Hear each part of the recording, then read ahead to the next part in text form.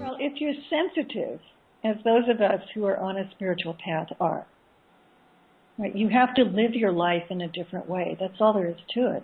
Mm-hmm. You can't live your life as a normal human being, one of the herd.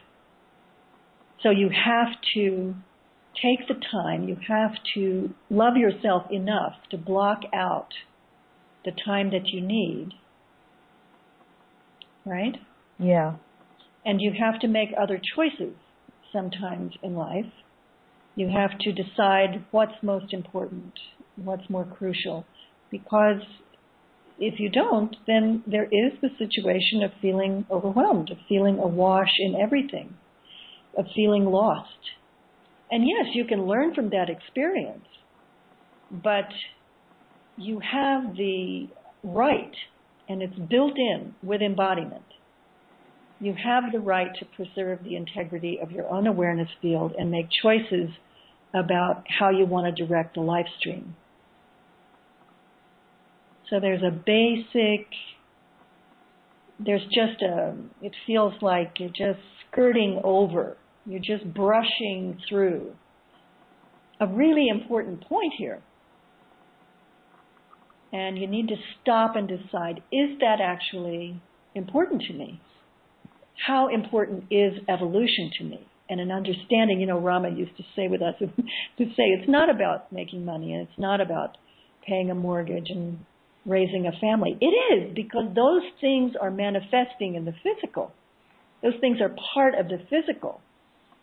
But he had a way of causing you to pull back and see what's really important here. I'll just give you this one example. At one point, because his students were mostly solitary, because they weren't married, he had everybody get a dog.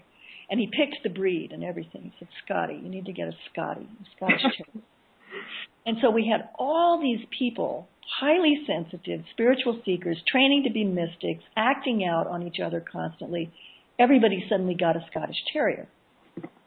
And a lot of the people, because they were working very hard, either they were working on projects with Rama, or they were doing the task he had assigned them to become a computer science consultant, they abused the dogs. They left the dogs at home too long, or they didn't take them for sufficient walks, or they didn't have the time just to go into having a dog and experience what that was like and the bond that is created, right?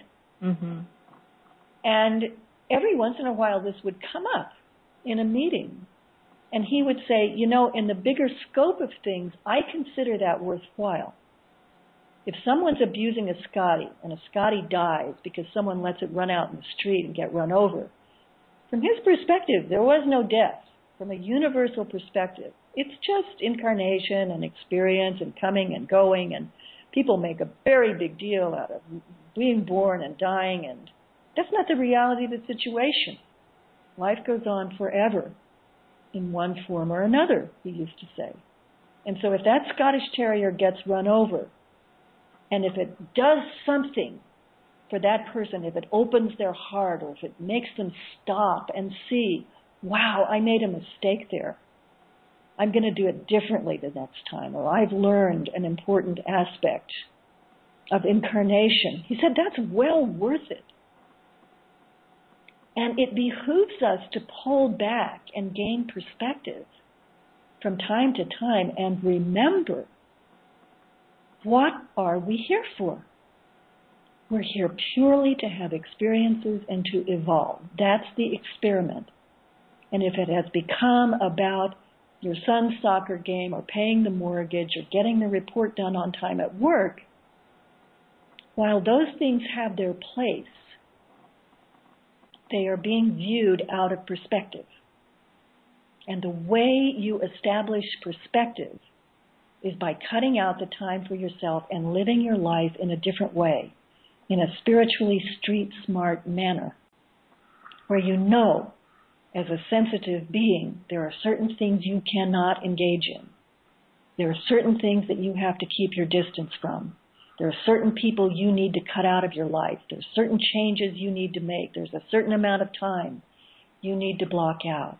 And to be really strong about that.